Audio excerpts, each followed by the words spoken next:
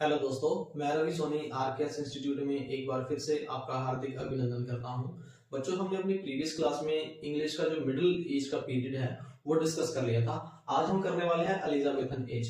देखिए, हमने 50 तक कर लिया था। 1550 तक का जो ड्यूरेशन टाइम है वो हमने कंप्लीट कर लिया था। आज हम करेंगे 1558 से 1603 तक का। तो आइए इसको शुरू करते हैं। देखिए, ये जो पीरियड है इसको बोला जाता है गोल्डन पीरियड। अब गोल्डन पीरियड इसको इसलिए बोला जाता है क्योंकि जो इंग्लैंड की महारानी थी, महारानी एलिजाबेथ, देखो इनके नाम से ही ये पीरियड जाना जाता है। एलिजाबेथन पीरियड भी इसको बोला जाता है। वो इसलिए क्योंकि इस टाइम पर जो शासक थे वो कौन थे? महारानी क्वीन एलिजाबेथन वन। ओके, तो देखिए गोल्डन पीरियड इसको इसलिए भी कहा जाता है क्योंकि इस टाइम पर इसकी जो सारी चीजें थी, चाहे वो वेल्थ थी, चाहे वो इकोनॉमी थी, चाहे वो लिटरेचर था, everything was on its peak. वो हायर था, सब खुश थे, सब मालामाल थे, सब कुछ अपने फ्लोरिश पर। इसका कल्चर, इसकी इकोनॉमी, इसकी वेल्थ, इसका infrastructure, everything was on its peak. Okay, next करते हैं ऑल दी थिएटर्स। अब देखिए, जब इतनी सारी चीजें डेवलप होती हैं तो इंटरटेनमेंट के जो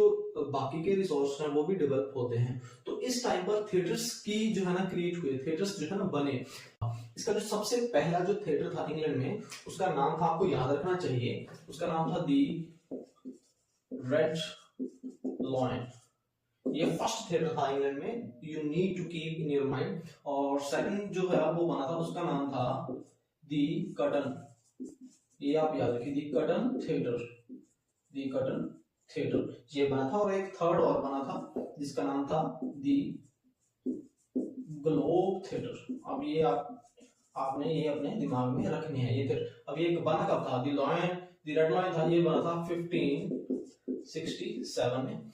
इसके तुरंत 10 साल बाद बना था दी कर्टन 1577 में। और ग्लोब का बना था 1599 में। ये अलग से आपको याद रखना है क्योंकि ये कॉम्पिटिटिव एग्जाम में आते हैं। नेक्स्ट करते हैं। देखिए, गोल्डन पीरियड हो गया, एलिजाबेथन के बारे में हो गया, ऑल द थिएटर्स हो गए। नेक्स्ट आता है tragedy, comedy, poetry, drama, sonnet.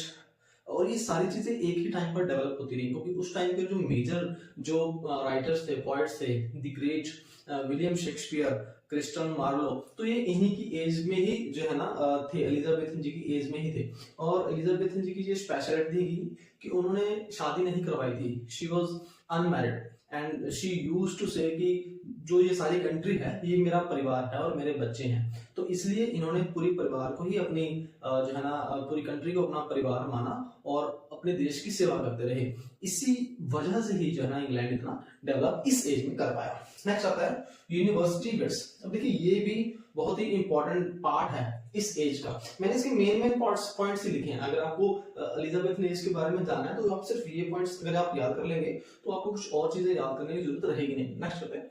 देखिए, यूनिवर्सिटी बिट्स क्या है? इंग्लैंड में एक यूनिवर्सिटी है, the Oxford university of London.